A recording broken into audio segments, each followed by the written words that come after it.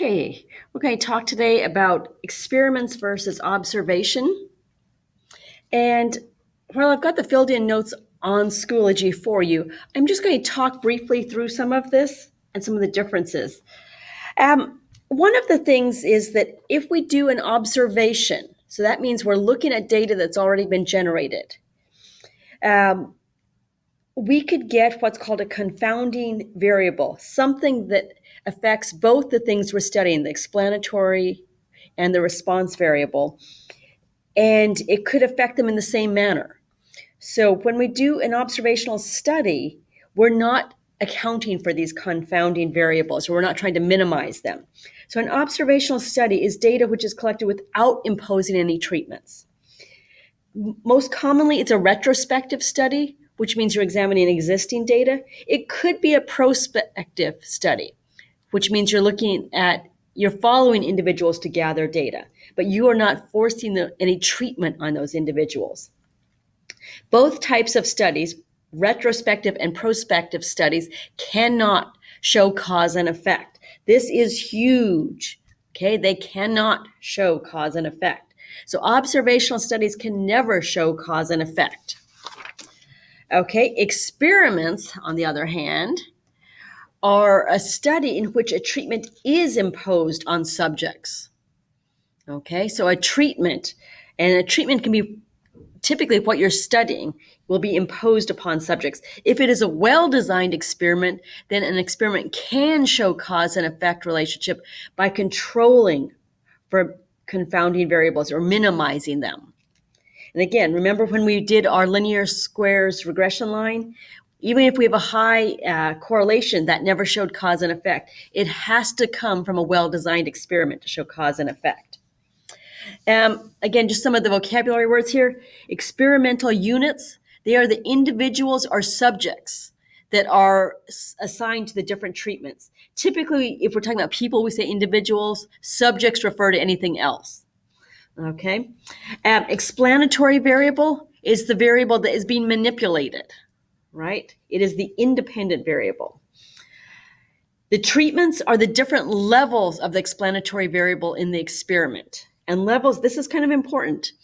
So for instance, if you're doing an experiment where you wanted to test to see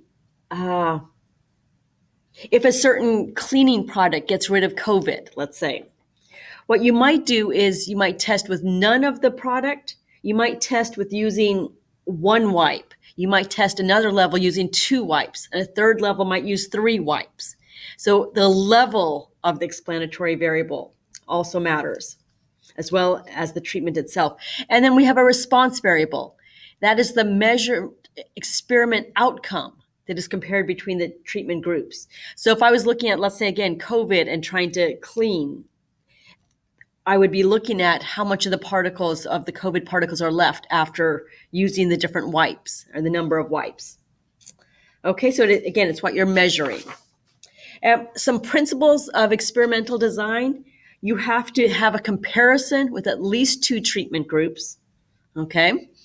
Notice it doesn't say that one has to be a control group, but we have to have at least 2 treatment groups, so we're comparing the results. We have to have random assignment. Okay, it's not random sample, random assignment of experimental units to the treatment, or people here. Remember, we don't like to call them units, we would call them individuals. So random assignment of the individuals to the treatment, or a random assignment of the subjects, if it's not people, to the treatment. We need to be able to replicate. So if you publish your results, you have to be able to duplicate it and get very similar results. Should be an N. And we need to control for confounding variables. Okay, so comparison means that we have to be able to compare 2 different groups. Random assignment means that the people are not picking which treatment they get. The reason we do random assignment is that it helps minimize the effect of confounding variables. So by randomly assigning people to a different treatment, we're hoping to minimize confounding variables. It won't completely get rid of them, but it will help minimize them. And again, random assignment tends to balance out the confounding factors. In terms of sampling, remember sampling is what we were talking about previously. Experiments are what we're talking about now. So random samples reduce bias in when you're sampling. Random assignment reduces confounding variables. So these are similar, but we have to make sure when we're talking about random samples, we're using the word sample and bias. When we're talking about experiments, it's random assignment, which reduces confounding variables. We need to be able to replicate, and we need to be able to control. One of the things, on replication, the larger your groups are, the more precise our estimate is. So the bigger your experiment, the more subjects or individuals you have in it, the better an estimate you get for the whole population. And control is basically one way to control for confounding factors is that when we apply the treatment, they are completely identical except for the explanatory variable. So again, coming back to my COVID example, if I was trying to test the amount of COVID particles left after using different amounts of wipes, I would want to have everything exactly the same before I start. So that way it minimizes the effect of the confounding factors. Okay. We have to be able to describe a completely randomized design. And in that, there are certain steps. So I want to go over these. So we first have to assign experimental units a number. So let's say we have 100 experimental units or individuals. I would number them from 1 to 100. So that's very similar to what we did with a random sample. I would write all the numbers on identical slips of paper, put in a hat, and mix well. Again, similar to a random sample. And let's say I want to have 3 groups. So if I want to, so my group will have 33, 33, and 34. I would draw out 33 slips of paper without replacing them back in the hat. The corresponding units or individuals would be assigned to treatment 1, which may be using a single wipe. I then draw out another 33 slips of paper. They get assigned to treatment 2, which might be using 2 sheets of wipes. And then the remaining 34 would be assigned to treatment 3, which would be using 3 wipes. And then we compare the responses among the treatment groups. So again, it is critical that we go through all these steps when we describe an experiment. And I'm going to show you another way to write this out also. So as an example, we can draw it out. We can use words or we can draw a picture. So here I have 100 subjects, and I'm going to assign them each a unique number between 1 and 100. I'm going to use a random number generator to generate 33 unique numbers. And I might put on there without replacement or without repeats. And so that creates my group 1. I use a random number generator to create 33 more unique numbers without repeats. That gives me group 2 that has 33 subjects. And then group 3 is the remaining 34 subjects. I assign treatment 1, so maybe this is 1 wipe. This is 2 wipes. And this one, the treatment 3, is 3 wipes, let's say. Once I do the treatment to each of my groups, I then would look at and compare the results. So compare the mean number of COVID particles on the desks in this group, and in this group, and compare them to each other. Okay? So we can draw this out, or we can go through it and list everything. Both are acceptable. If you do the picture, you do have to make sure you explain how you do each of these pieces of it. Okay, let me move that out of the way. So when we are comparing the results, we consider something to be statistically significant if it was unlikely to happen by chance alone. So 5% is typically the threshold that we use. And if it was a well-designed experiment, we can infer from these average differences that are greater than 5% that it was caused by gender bias or whatever the explanatory variable is we're looking at. I may skip over that. But again, so down here, if our difference is less than 5%, that's telling us we have convincing evidence that your explanatory variable was significant. If it is greater than 5%, that tells us the results could have happened purely by chance. Okay? And the proportion that we're comparing here is what your difference was divided by the number of subjects in your study. And so what we should have learned from this section is sampling variability. The larger the sample size, it decreases the variability of the estimate. Okay, and we want to decrease the variability because that allows us to repeat it more accurately. And the larger the sample size makes it easier to determine if there's statistical significance. So both important things.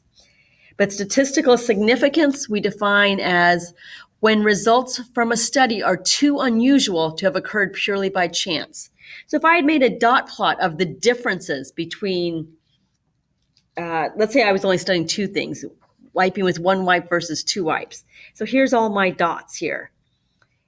And let's say this difference here is 0. If the difference between them, so these 4 dots over here, divided by the total number, if that proportion is less than 5%, that is statistically significant. If the probability of the dots over here is greater than 5%, it's not statistically significant. And these represent, each dot represents the simulation that we did. So it could be that you did a simulation with 100 things. It could be that you did a simulation representing 50 desks. But each dot represents the results from one simulation, the difference in it. It's not the difference between one desk and a second desk. It's between the mean of all of one. It's the difference between the mean from one group, which the group size could have had 20, it could be 50, it could be 100. But each one of these represents the mean difference between two groups. Okay, so it's not just that there's 30 in here. Okay, and then the second set of notes is section 4.4. We did not get to this in class, or I'm expecting we probably won't get to this in class, but just a bit more detail. So other types of experiments or things that come in here are what's called blocking. Blocking is very similar to doing stratifying. It's where you're grouping things together before you start to assign them to treatment. So a completely randomized design is very similar to a simple random sampling. So if we were doing sampling, we call it simple random sample. If it's an experiment, we would call it a completely randomized design. Randomized complete block design is where we group the experimental units or individuals by some similar trait that may affect the response. Again, this is similar to stratifying. Remember with the jelly blubbers, we stratified them based on size. If we were trying to stratify people in a high school, we might stratify based on grade level. We might stratify based on what types of courses you take, but some similar characteristic that we suspect may affect the response variable. Okay, that's important. The reason we do this is it reduces the variation between treatment groups at the start of the experiment. Another example would be, okay, let's say we are looking at high school students and we want to see,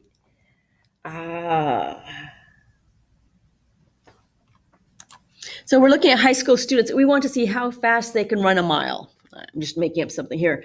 I don't think I would necessarily block by grade level. I might block by students who are involved in athletics and those who are not. Okay, so I would be blocking based on something that I think would affect the outcomes already. So if you're already involved in athletics, you're working out, so you're probably a bit faster to begin with. Whereas if you're not working out, you'll probably have a slower 1 mile time. That doesn't mean that's my treatment. I'm then going to, once I've blocked my students, so divided them into 2 blocks, I then will apply a treatment. So I'm going to randomly assign these athletes, half get the treatment, half don't, and I'll compare their results. I will do the same thing with the students who are not in athletics. Half of them will be assigned to a treatment program, maybe, I don't know, running a certain amount every week or something, and half will not. And then they will run the mile at the end of this treatment program and compare the results. But so I'm comparing the results within each block to itself. This thing that says model response is just if you were asked to describe how you would do a block design, it's very similar. You just have to describe how you create the blocks first. So we would block based on a certain characteristic. And then again, we would talk about how we were going to randomize the people within the block for who gets a treatment and who doesn't. We do the same thing for the second block, and then we will compare those results. Okay, so that's blocking, again, is very similar to stratifying, which is what we use in sampling. A matched pair design, this is another type of experiment that we can do. And matched pairs is very, very important if what you're testing varies greatly from individual or subject to another subject. So for instance, I think the best example here is, let's say we've created a new type of shoe material and we want to see if it lasts longer. So I might create 50 pairs of shoes with this new material and 50 pairs of shoes with the old material.